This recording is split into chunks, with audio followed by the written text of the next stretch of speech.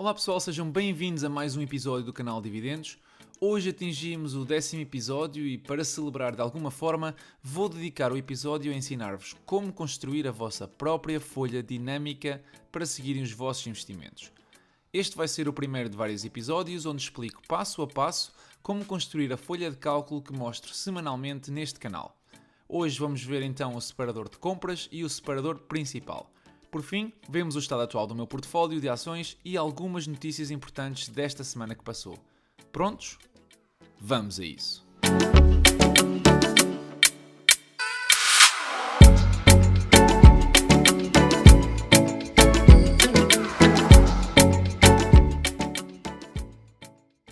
Vamos então proceder ao início do desenvolvimento da folha de registros de ações. Para quem já tem conta no Google é fácil, basta aceder aqui ao Google Apps, ao Google Drive.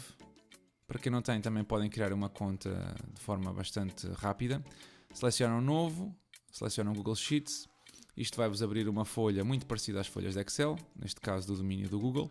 E aqui o que vamos fazer então de início é definições da folha de cálculo. Vamos alterar algumas definições, nomeadamente aqui o país, vamos selecionar Estados Unidos, e o fuso horário. Isto é para que depois as formatações em questão no que respeita ao dinheiro e às unidades monetárias já venham com o valor dos dólares, por exemplo. Okay? Depois o que nós vamos fazer de seguida é definir 3 separadores que vamos ver neste episódio. São eles o separador principal, vamos mudar aqui o nome para separador principal. O próximo separador, vamos fazer aqui um separador da diversificação.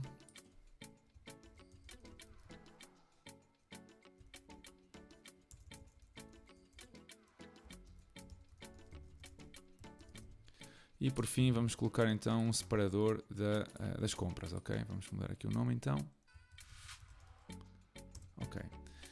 Vamos começar pelo separador da diversificação. Aqui basicamente neste episódio vamos apenas definir quais são os diferentes setores que vão ser representados na página principal, ok? Portanto vamos começar pela Information Technology. Vamos ver aqui. Depois temos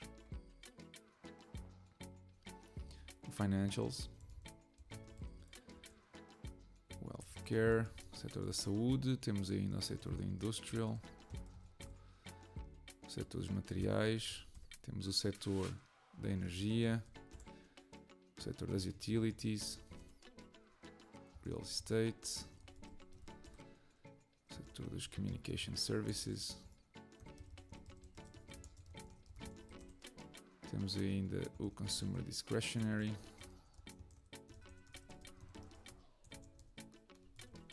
E o Consumer Staples, ok? Depois de definir estes setores, nós podemos dar aqui um bocadinho mais de embelezamento a este separador. Depois vamos ver noutros episódios como podemos continuar a construir. Mas basicamente o que vai importar aqui é que estes campos vão ser usados depois para selecionar o setor das companhias no separador principal. Vamos então passar ao separador das compras, onde vamos definir o ticker da companhia. Vamos definir a data em que foi comprada a ação. Vamos definir o preço por ação que estava em vigor. Vamos definir o número de ações que foram compradas. Também o preço de compra. Vamos definir a comissão e ainda a operação que foi feita. Okay? Depois, mais aqui, podemos ver o total investido, que vai ser importante também, e o total de comissões. Okay? Pronto, neste caso, vamos aqui dar um bocadinho mais para ficar ligeiramente diferente. Ok. Vamos então colocar aqui uns divisores de linha. Ok. Vamos introduzir alguma informação, meramente como exemplo. Ok. Vamos pôr aqui umas datas completamente aleatórias. Para o caso não interessa, vamos dizer que comprámos a ação da Apple a 114 euros. Comprámos uma ação. O preço de compra vai ser igual ao preço por ação vezes o número de ações que comprámos. Ok. A comissão, vamos dizer que usamos uma dessas corretoras que não tem comissões de compra e, portanto, a operação foi feita uma compra. Vamos pôr aqui então a formatação dos campos de dinheiro.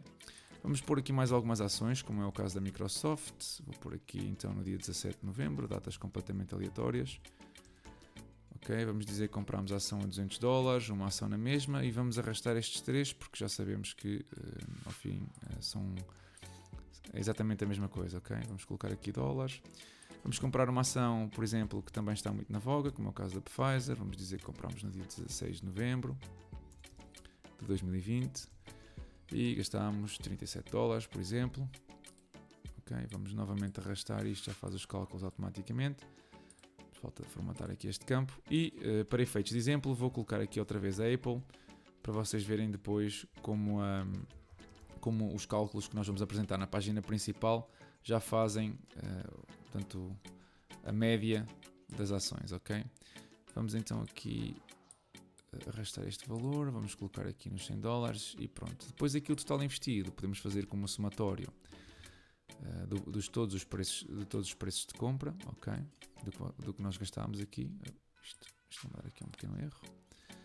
Portanto, dos preços de compra, ok? Vamos pôr até aqui mais ou menos.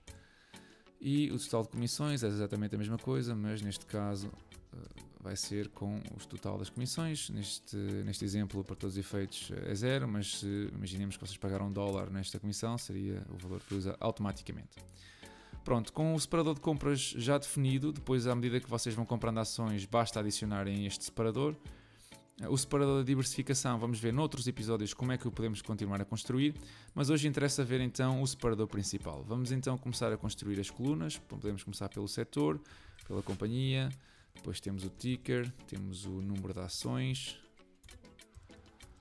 temos o P/E ratio, que também já falei noutros vídeos, temos um gráfico com os últimos 365 dias, temos a variação diária,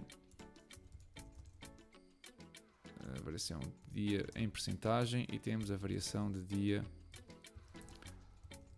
em dólares, ok? Representado no portfólio. Temos ainda o preço de compra, o preço de mercado, vamos por aqui. Temos o custo base, o valor de mercado, o lucro ou a perda. Temos ainda o crescimento, que é esse lucro ou perda, crescimento. Vamos ainda definir a percentagem do portfólio que este ativo representa, o dividendo anual. Temos ainda o yield, que é a rentabilidade de dividendo, o yield on cost, que é a rentabilidade quando vocês compraram. Tem ainda os pagamentos da empresa. Podemos definir ainda os pagamentos anuais em valor e o pagamento anual em percentagem referente ao portfólio. Temos ainda o risco da Moody's, as recomendações dos analistas, quer em escala, quer depois traduzido, também vamos ver como é que se traduz. Temos ainda o preço-alvo, se não me engano, e vamos aqui adicionar mais uma coluna, perdão. Vamos aqui adicionar então a potencial valorização. Vou só pôr potencial valorização. E por fim vamos adicionar o mercado em que a ação é negociada, ok? Pronto, para este exemplo vou aqui só selecionar então ter uma cor diferente, ser mais representativo. Vou selecionar também. Pronto, agora estamos prontos a começar a preencher este separador. Aqui na questão dos setores, o que nós podemos fazer é, em relação aos dados, vamos aqui fazer uma validação de dados e vamos escolher o intervalo de dados que definimos no setor, no separador, desculpem, da diversificação, ok? Podemos guardar e como vão ver, agora nós podemos selecionar automaticamente o setor que está em questão. Vamos aqui selecionar o ticker symbol da Apple, por exemplo, que foi a ação que nós começámos a usar, e vamos descrever aqui Information Technology. Vou só pôr isto mais ou menos à escala. Pronto, agora podemos fazer tudo a partir deste separador. Vamos usar algo muito comum, que é o Google Finance, um serviço que o Google dispõe.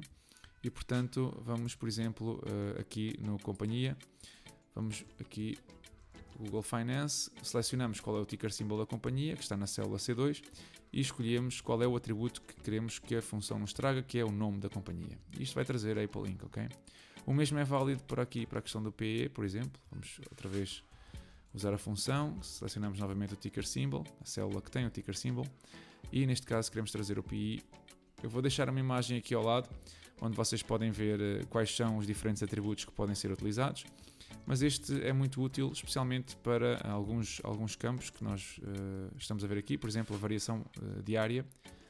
Vamos meter aqui change percentage e dividimos este valor por 100 e a função já nos traz qual foi a variação diária da ação da Apple na última sexta-feira. Aqui é exatamente a mesma coisa, mas neste caso vamos, em vez de pôr em percentagem, vamos só meter a change, ok? E como queremos ver qual foi a afetação com o portfólio, vamos multiplicar pela célula D2, que ainda não calculamos, mas já vou mostrar como é que se faz, ok? E agora vamos então ver aqui o valor de mercado e o preço de mercado, também podem ser trazidos pelo Google Finance. Vamos aqui colocar a C2, metemos price e este é o valor atual, o preço de mercado da ação. Colocamos aqui em dólares, ok? Este PI vou aumentar um bocadinho para ver. Pronto, em relação agora a trazer qual é a quantidade de ações. Essa quantidade de ações pode ser retirada através do separador de compras. Portanto, o que nós temos que fazer neste caso é fazermos aqui uma função, um somatório. Fazemos um somatório. Se vamos escolher qual é o objetivo. O objetivo é comparar a coluna A e vocês podem ir até à linha que vocês quiserem, para depois não terem que estar a adicionar ou modificar. Vamos dizer que queremos comparar o intervalo entre o A2 e o A25 com a célula C2, com o ticker symbol C2, ok? E nos casos em que coincidam, nós queremos trazer, portanto, vou só aqui fazer assim, nós queremos trazer a quantidade de ações, assim, que coincidam com esse registro, ok? Portanto, neste caso, vocês veem que identificou corretamente duas ações. Eu aconselho sempre a colocarem $1 nos valores iniciais. Porquê? Porque à medida que depois vamos arrastando isto para outras entradas, aquele valor mantém-se fixo e, portanto, não tem problemas em encontrar todas as ações que precisam, ok? O mesmo pode acontecer para o preço de compra, é exatamente a mesma função. Eu vou copiar aqui, só que em vez de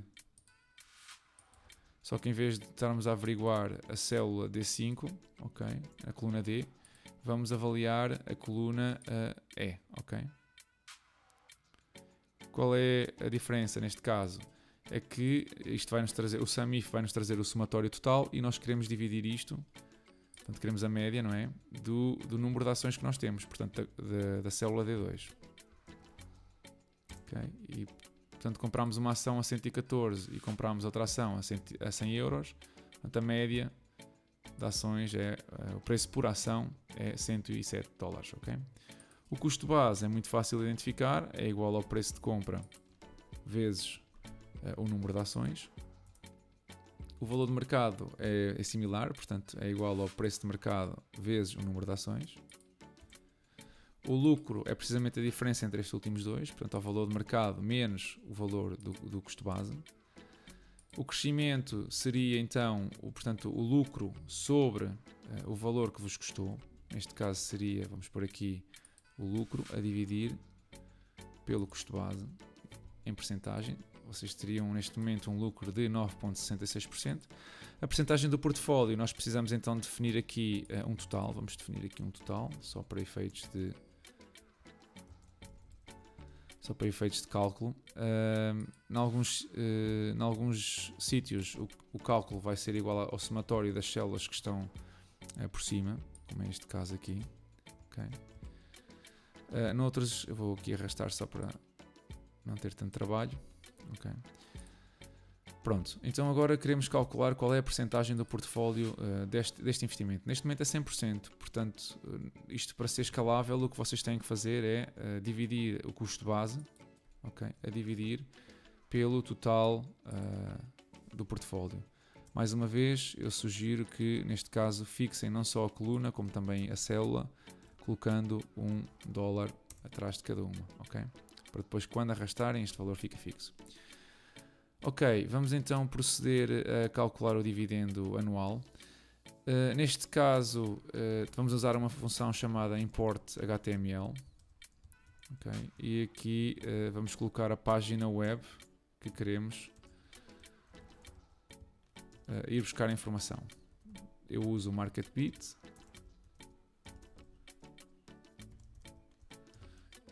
Ok, e através do link, portanto vão aqui ver, depois eu vou-vos mostrar aqui uma imagem também de onde podem retirar essa informação.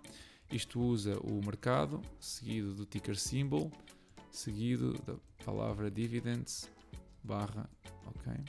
E depois especificamos o que é que queremos ir buscar a tabela número 1. Okay. Isto o que vai trazer a informação, um segundo, porque eu acho que pus mal o link. Exatamente. Continua a não estar bem.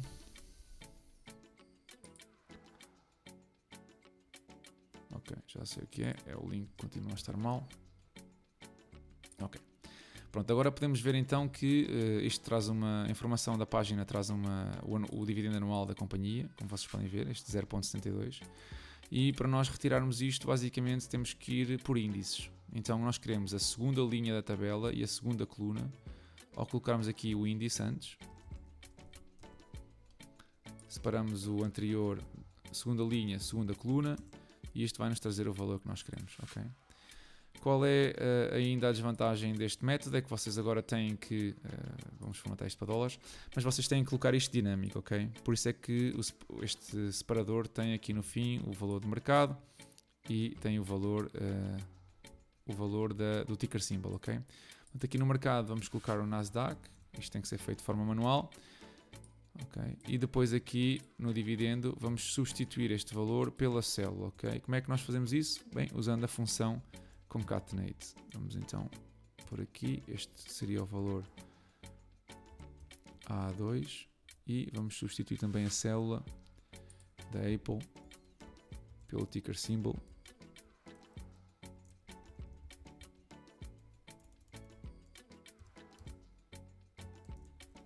Este seria o C2 e aqui temos que colocar então a função de concatenação até aqui. Isto, opa, tenho aqui alguma coisa mal ainda. Falta-me aqui um A na função. Ok. Pronto. Agora isto é de forma dinâmica. Quando eu adicionar aqui os stickers da Microsoft e da Pfizer, vocês vão verem como não têm que mudar nada. Isto automaticamente traz a informação dessas ações. Em relação ao yield, basicamente é o valor de dividendo anual sobre o preço da ação. Portanto, vamos aqui colocar... Aqui vamos ver então que é o dividendo anual sobre o valor da ação, que está aqui sobre o preço de mercado. Este é o valor do yield atual. Vamos por aqui percentagem. Já o yield on cost é parecido, mas seria então o dividendo anual sobre o preço de compra. Okay? Portanto, como vocês podem ver, vocês conseguiram uma rentabilidade de dividendo superior ao que estaria hoje em dia. Relativamente ao pagamento, é um valor que tem que ser inserido de forma manual, ou seja, há companhias que pagam o dividendo mensalmente, trimestralmente, semi-anual ou inclusivamente anual. Vocês podem pôr aqui o valor que é meramente uma representação para a ajuda visual. O pagamento anual vamos então definir como os dividendos multiplicados pelo número de ações que vocês têm, neste caso seria a célula D2, ok? Aqui está ele. O pagamento em percentagem, nós vamos aqui fazer a continuação. Ora bem, este sim continua. Depois aqui o pagamento anual, vamos ver, seria, portanto, o valor que vocês recebem por este ativo sobre o valor recebido total do portfólio. Mais uma vez, a minha sugestão é que fixem esta célula e esta coluna. Isto vem em percentagem também. Este também vem em percentagem. Vamos então passar para as recomendações, que são feitas exatamente da mesma forma que eu mostrei para o dividendo. Ok? Neste caso, o que muda é apenas o URL, certo? Então eu vou fazer aqui um exemplo outra vez. Import HTML. Vamos colocar então // e vamos colocar o site da MarketBeat. Vocês podem usar o site que vocês entenderem. Normalmente existem alguns sites que podem bloquear os IPs da Google devido ao número de consultas. O MarketBeat, por acaso, tem-se comportado muito bem nesse aspecto. Esta técnica chama-se uma técnica de scrapping, de ir buscar a informação à internet, e pode exigir frequente manutenção quando os sites mudam os URLs e, portanto, têm que atualizar o vosso portfólio. Okay? Vamos então ver qual é o link. O link neste caso seria parecido, seria stocks, depois seguido pelo mercado, seguido pelo ticker symbol e depois seria o price target. Ok, vamos buscar na mesma tabela número 1. E aqui tem uma série de informação, desde a recomendação, tem inclusivamente a recomendação de forma explícita, tem o price target aqui em baixo, portanto este link nós vamos usá-lo para fazer várias coisas. Portanto, vemos aqui então que a recomendação pode ser retirada através da terceira linha, segunda coluna, e o price target pode ser retirado através da terceira, quarta, quinta linha, segunda coluna. Okay? Portanto, o que nós vamos fazer aqui é o que nós fizemos com o dividendo. Vamos primeiro que tudo tornar isto dinâmico, okay? Para depois podermos usar noutros contextos. Vou apagar aqui o Nasdaq, voltamos aqui uma barra, aqui um A mais, vamos colocar aqui o ticker symbol também da Apple. Okay. Então, portanto, aqui o último seria o C2, que é o ticker symbol da Apple, e aqui seria o mercado, que é o A2. Okay? Também queremos já definir os índices, portanto, vamos pôr aqui o index. Neste caso, estamos à procura do índice da terceira coluna, portanto, terceira linha, segunda coluna, e este seria os 2.53. Tenho aqui um pequeno problema na fórmula que me falta aqui no concatenate e que tem um parênteses a mais. Ok, pronto. Neste valor então vamos colocar aqui na recomendação numérica dos analistas, certo? Vamos então pôr isto à mesma isto é um valor texto e vamos colocar aqui para este lado. Em relação à recomendação, ao preço-alvo, como nós vimos, é exatamente a mesma coisa, a diferença é que estava numa linha diferente. Portanto, vamos aqui no preço-alvo, vamos colocar que estava se vocês se recordam, na linha número 5. Vamos colocar aqui o valor, dólares, pronto. A potencial valorização é o preço-alvo a dividir pelo preço atual, ok? Vamos colocar aqui então o preço-alvo, só um segundo, porque nós queremos em valor em percentagem e, portanto, vamos fazer assim. Vai ser, não é este, senão que é o preço-alvo a dividir pelo preço atual. Está aqui, preço de mercado. E como queremos em percentagem, vamos fazer aqui um menos 1 para trazer o valor corretamente. E, portanto, vemos que, segundo os analistas, a Apple encontra-se 5% sobrevalorizada. Ok? A recomendação e o risco, acho que são os valores que nos faltam, juntamente com o gráfico. Ok, vamos então ver a recomendação. A recomendação é uma tradução deste valor. Vocês podem ir buscar a tabela ou podem fazê-la vocês mesmos. Eu vou dar aqui um exemplo de como fazer vocês próprios. Okay, vamos pôr aqui então, se este valor for superior a 3,5%, desculpem, a 3,5% apenas, vamos defini-lo como um strong buy. Vamos fazer aqui um if e uma continuação, vamos definir uma série de intervalos, ok? Vamos pôr aqui, se ele for maior ou igual que 2,5 e ao mesmo tempo for menor que 3.5 ou menor ou igual, desculpem. Vamos defini-lo como buy, uma recomendação de compra. Vamos aqui aumentar só isto para vocês terem acesso às condições que eu estou a definir. Vamos aqui ver então se o valor for superior a 1,5 e for inferior a 2.5. Vamos defini-lo como um hold. Vocês depois podem consultar as escalas através do próprio site, do MarketBeat, ou podem definir a vossa própria escala como preferirem, ok? Se o valor for superior a 0 e se for inferior a 1,5 ou inferior ou igual a 1.5, para conseguir definir todos os intervalos, nós vamos dizer que a recomendação é uma recomendação de venda e se não encontrarmos nada, vamos pôr aqui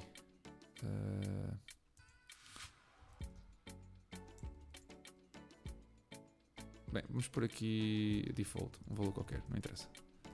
Ok, vamos fechar aqui os parênteses todos direitinhos. Algo está mal aqui na minha...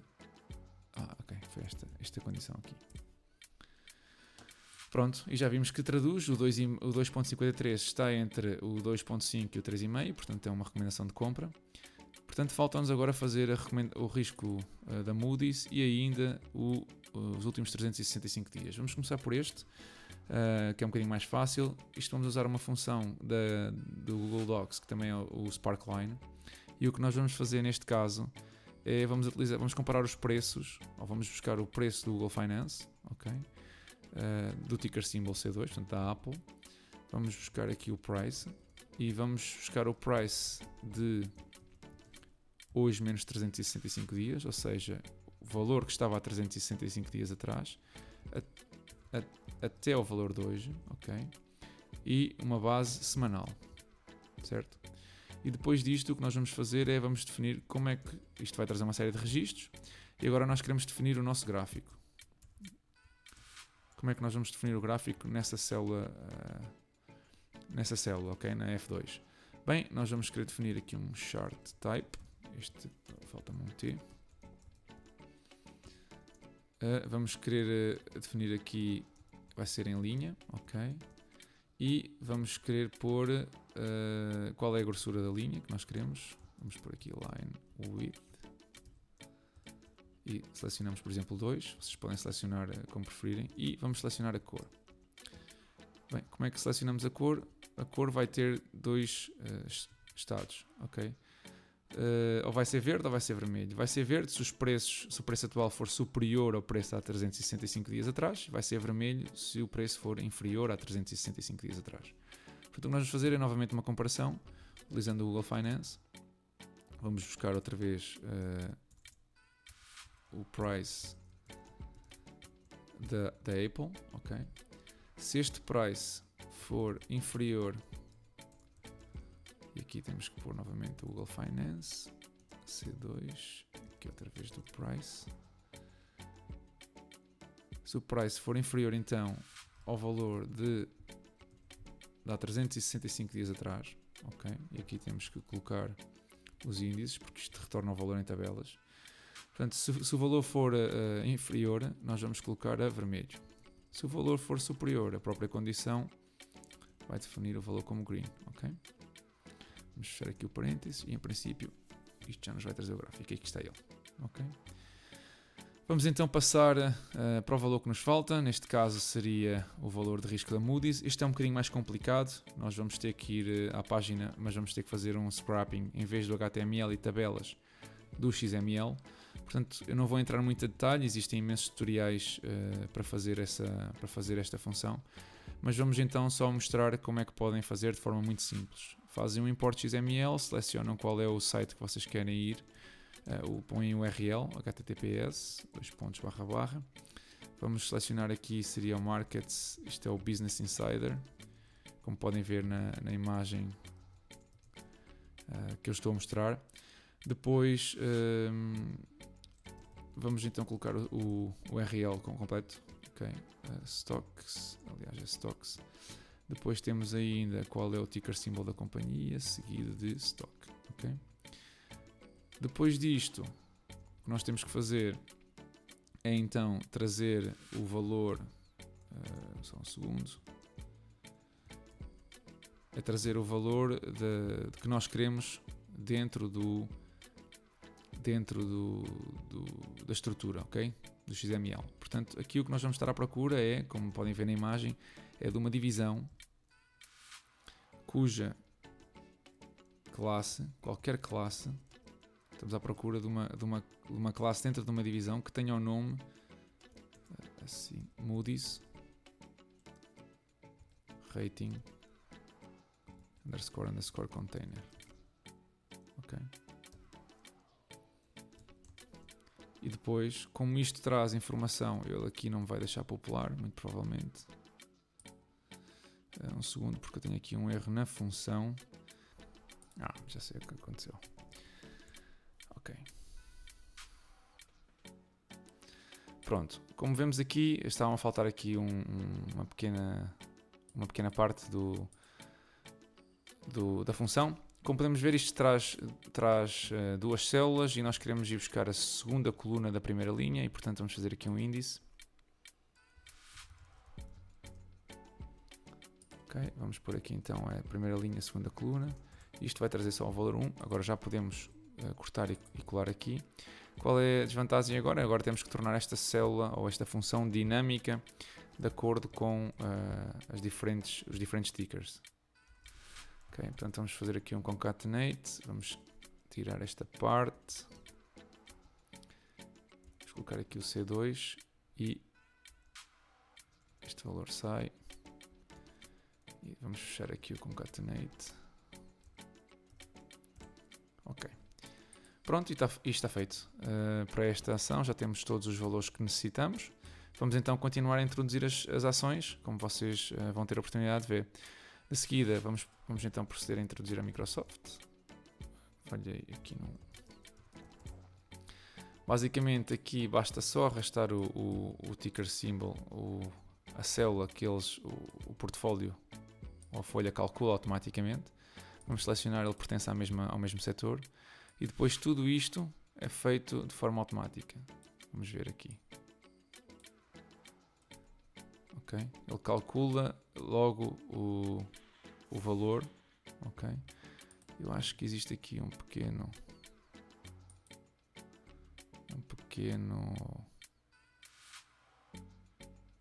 exato, porque eu aqui não defini,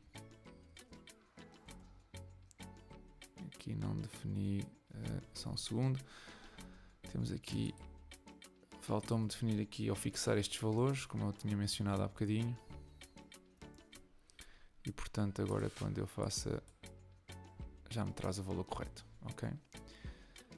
E penso que é só isso, o resto me parece-me tudo normal.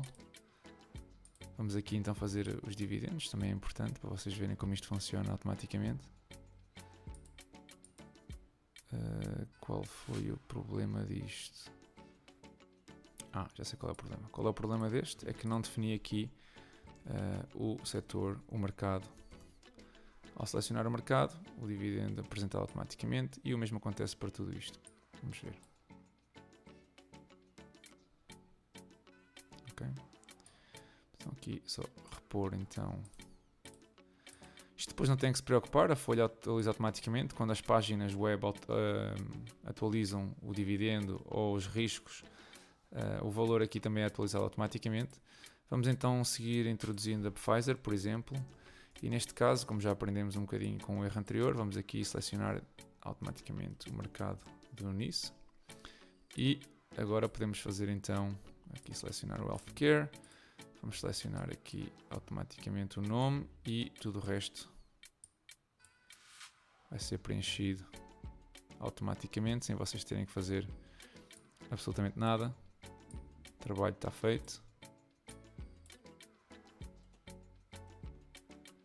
Vocês podem ver, ainda são algo sobre o qual quero falar ainda, que é a rentabilidade do vosso dividendo. Neste momento parece que tem uma alta rentabilidade, mas vocês não podem fazer apenas a soma. Isto tinha que ser uma média ponderada, portanto a ideia aqui é fazer uma média ponderada e os valores que vocês vão apresentar vai ser este valor. ponderado com a percentagem do portfólio de cada um deles, ok?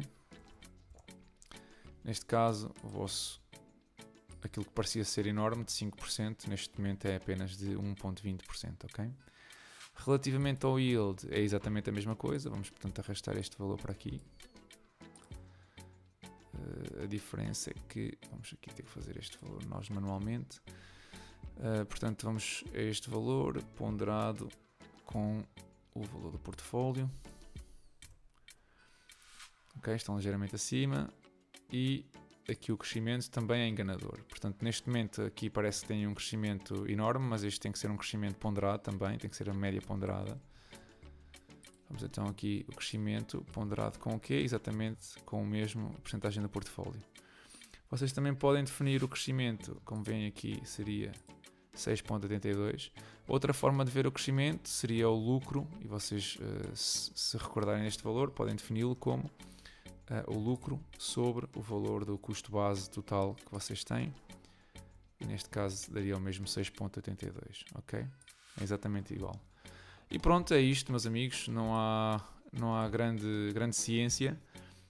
Depois, nos próximos episódios, vamos então seguir a construir outros separadores e trazer mais valor, inclusive ao separador de diversificação, mas por agora vamos passar então ao estado atual do portfólio. Em relação às notícias da semana, a Pfizer, no último estudo efetuado, apresentou uma eficácia de 95% relativamente à sua vacina com a parceria com a BioNTech, que são ótimas notícias. A Tesla vai finalmente juntar-se ao S&P 500, o que vai exigir algumas modificações a nível de vários ETFs e a nível de estrutura do índice. E, por fim, a Amazon vai lançar o seu próprio negócio de farmácias, o que pode implicar alguma concorrência relativamente a ações muito conhecidas como são a CVS, ou a Walmart, ou a Walgreens. Relativamente ao portfólio, vemos que esta semana não evoluiu muito. Vemos que a nível de valorização encontra-se mais ou menos igual ao que estava no episódio anterior, cerca dos 20-21%. Os dividendos mantêm-se igual em relação à percentagem. Já nos valores recebidos nesta semana atingimos já os $30, ok? Os $33 sensivelmente, e esperamos então ainda passar os dividendos recebidos no mês de agosto nas próximas semanas. Já sabem, por hoje é tudo. Se gostaram do episódio, se gostam deste tipo de conteúdos, deixem o vosso like, subscrevam o canal, ajudam-me assim a chegar a mais pessoas e a continuar a subir episódios todas as semanas. Da minha parte é tudo, desejo-vos uma boa semana e bons investimentos a todos.